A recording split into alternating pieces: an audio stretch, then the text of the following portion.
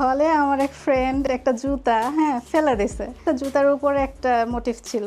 আমি অনেক দিন ধরে দেখতেছি জিনিসটা সুন্দর, ও ফেলে দিছে। ওইটা নিয়ে আসলে ওটা দিয়ে কিছু একটা হবে। পরে আমি ওইটাকে কেটে ওটা নিয়ে এসে ওটা দিয়ে একটা গহনা বানিয়েছিলাম।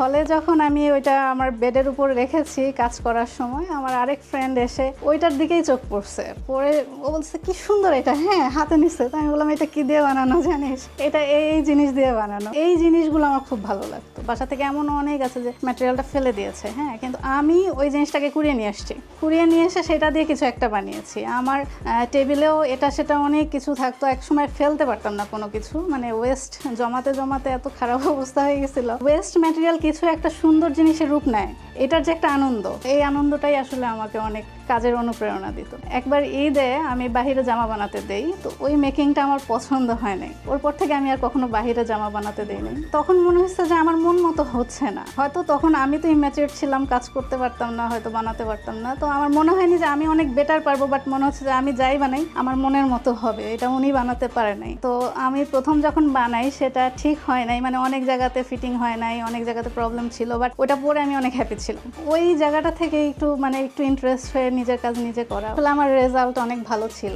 আমার ফ্যামিলি থেকে সবসময় চাইতো যে আমি 8-10টা মানুষের মতো ওই লাইনগুলোকে বেছে নিই, ডাক্তার বা ইঞ্জিনিয়ার বা সরকারি জব, বিসিএস।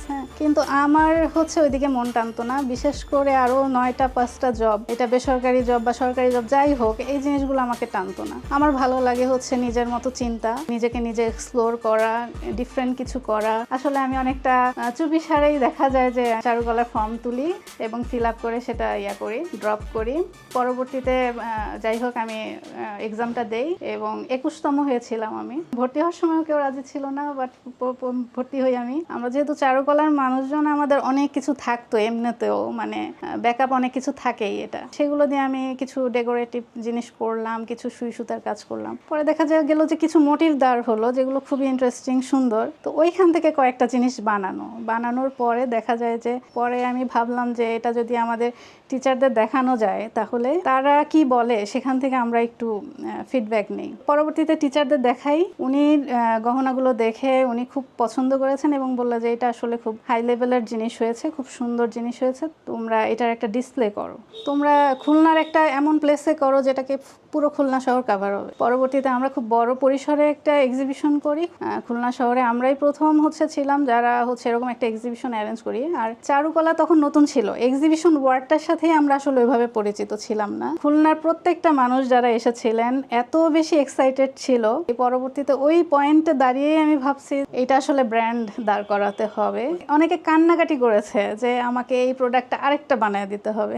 কিন্তু আমি তো আসলে তখন বাল্ক চিন্তা করে, প্রোডাকশন চিন্তা করে প্রোডাক্ট বানাই নাই। তখন যেটা মন চেয়েছে সেভাবে বানিয়েছি, ওয়েস্ট ম্যাটেরিয়াল দিয়ে বানিয়েছি, যেটা সেকেন্ড পিস করা সম্ভব না। অনেক কাস্টমার দেখা যায় যে একেবারেই মানে কান্নাকাটির মতো অবস্থা যে আমাকে এটা দিতেই হবে, কিন্তু ওইটা তখন ওই মুহূর্তে ওইটার সেকেন্ড পিস করা সম্ভব ছিল না, কারণ আমি অনেক ওয়েস্ট ম্যাটেরিয়াল দিয়ে কাজ করেছি, অনেক জায়গা থেকে কালেক্টেড প্রোডাক্ট নিয়ে কাজ করেছি। তো সেইটা আসলে ওই সেকেন্ড পিস আমরা কখনো চিন্তাই করি নাই, যে আমরা জাস্ট চিন্তা করেছি এটা একটা এক্সিবিশনের জন্য আমরা কিছু ক্রিয়েটিভ কাজ করেছি, মানুষজন দেখবে, সেই সুবাদে এটা ডিসপ্লে করা। বাট তো কাস্টমাররা প্রচুর রিকোয়েস্ট করে গেছে যে এটা আমাদের দিবেন করে, কিন্তু আসলে দেওয়ার হয় নাই। তখন এইরকম একটা ফিডব্যাক তখনও চিন্তা করি নাই যে এটা এতটা অ্যাপ্রিসিয়েট করবে। আমার এটাকে একটা ব্র্যান্ড হিসেবে যে আমার নিজের চিন্তা চেতনা দিয়ে দেখা, সেদিন আসলে ওই স্বপ্নটা ভিতরে তারা দিয়ে গেছেন। তাদের চোখে মুখে আমি সেই ভরসার জায়গাটা দেখে গেছি যে না, তারা আমাদের সাপোর্ট দিবেন।